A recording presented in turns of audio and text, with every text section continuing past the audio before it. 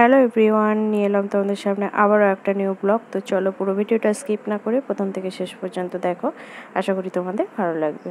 তো দেখো, আজকে লাঞ্চ মেনু তোমাদের কাছে শেয়ার করব। তো দেখে নাও, আজকে হয়েছিল গিমা ভাজা, আলু দিয়ে লঙ্কা ফোড়ন দিয়ে একদম মচমচে করে ভাজা হয়েছে।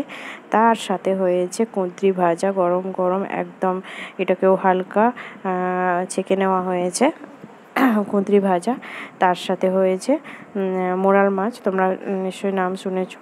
তো বড় বড় মোরাল মাছের আজকে বড় বড় করে আলু কেটে এটা সর্ষে বাটা দিয়ে ঝাল হয়েছে, কাঁচা লঙ্কা সর্ষে বাটা টমেটো দিয়ে। তো খুবই ভালো লাগে খেতে, সো তোমরাও করে দেখো, খুব সুন্দর লাগে খেতে।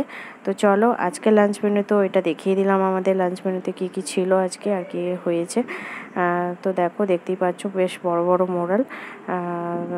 তো হয়ে গেছে আজকে লাঞ্চ মেনু আমাদের কমপ্লিট।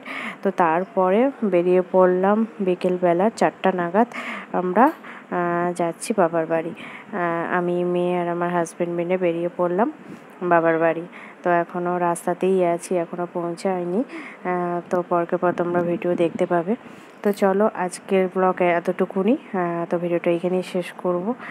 তো বিকেলে প্রাকৃতিক দৃশ্য দেখতে দেখতে যাচ্ছি, খুব সুন্দর, মানে চারদিকে ফাঁকা একদম মাঠ দেখতে পাচ্ছ, খুব সুন্দর সবুজে ভরা, ভালো লাগছিলো বেশ, এই জন্য একটুখানি ভিডিও করেছিলাম। তো চলো, ভিডিওটা এতটা পর্যন্তই আজকে শেষ করলাম, আবার নেক্সট ভিডিও নিয়ে আসবো।